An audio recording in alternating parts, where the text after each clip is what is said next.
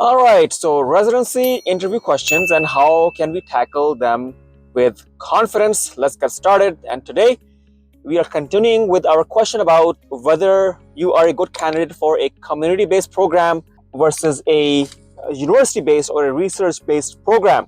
Now, this is a very important question because a program may be a community program and you have all of your research experience and loads of research, but you have an interview at a community-based program. Or on the flip side, you are interviewing at a university program and you may not have enough experience. However, of course, you have done all the preparation and you know your background. I'm going to be sharing with you in this video an answer for a community-based program, how you can properly answer that yes, you are well suited for this community-based program. So when you end up going to an interview, right, make sure you know which program this is, right? So this question actually helps interviewers understand your career aspirations and how your aspirations align with their own residency program. So for candidates with a less research-oriented and more focused on clinical and a community-based experience, it's important to convey your passion about patient care and how you yourself are going to be contributing to the community. So here's going to be the sample answer, because that's what we do on this channel, right? Provide you sample answers.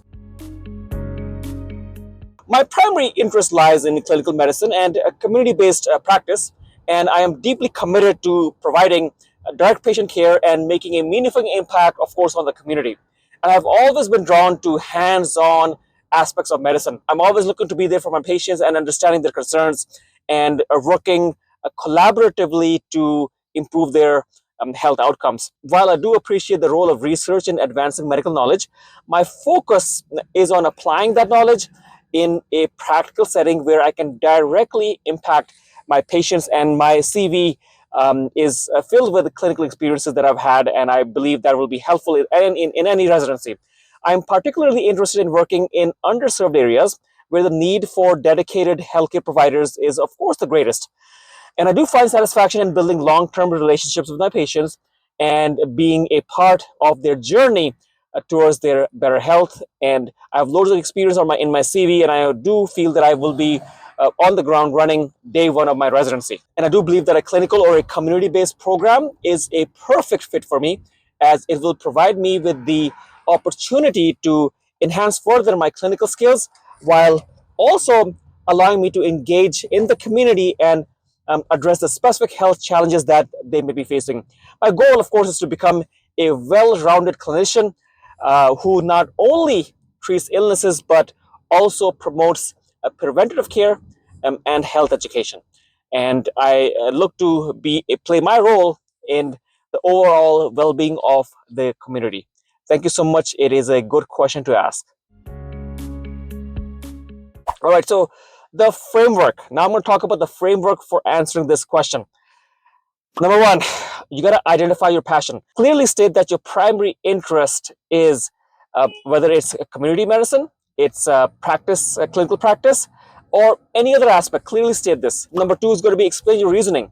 Discuss why you are drawn to this area. All right, focus on what motivates you.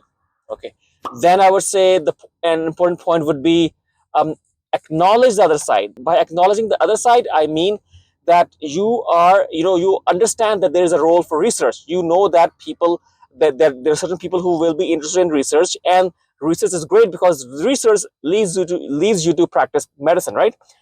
Then you have to say it aligns with your program. Explain why this residency program is a right fit for you and it aligns with your experiences. Okay, maybe you may want to mention an experience or two in this answer. Then, of course, conclude with the impact and that how you plan to use this to focus and make a meaningful impact in this for this program, hospital, or community. Now, the do's and don'ts.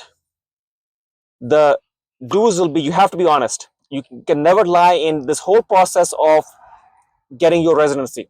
You have to clearly communicate your preferences without downplaying the other side, without downplaying much of the research aspects. Then, of course, you have to show your passion. Then you have to be specific. Mention the specific community works that you have done in the past. For example, I could say, hey, I was part of the welfare society and I worked in remote areas providing free clinics. So that's something you can always talk about. Then mention the impact, as I mentioned before, mention the impact that you have had and the experience that you have noted for yourself. I did not mention this in my answer that I gave you, but of course, if you have any example, plug that in, because examples count more than just statements. So now the don'ts, the things that you will look to avoid. Do not dismiss research. Again, the same sort of philosophy. Do not ignore a program's strength. If they have a strong mix of different types of patients and different ailments coming in, do not ignore that. Mention that. And do not overcomplicate your answer. Be to the point, concise, and hopefully, this helps out. Anyways, I'll have loads of questions and answers, and you know that my channel is filled with the questions and answers for residency. Check out all the videos, and hopefully you get benefit from this, and all the best to your success in this residency match, and hopefully we can connect. Thank you so much. You need some more help looking to connect, then I will have links in the description, and you can probably find my 25 questions and answers, a PDF. Gives you the questions and the answers, and you can practice on your own. You need further help, you can check the link in the description as well. Possible sessions with small groups, as well as possibly one-to-one. And if you want to become a member of my channel on YouTube, and we will be having live interview preparation sessions as well, consider becoming a member there as well. And of course, we'll chat over on Facebook as well. I will have all the links for all of my social handles in the description. Hopefully it helps. Thank you.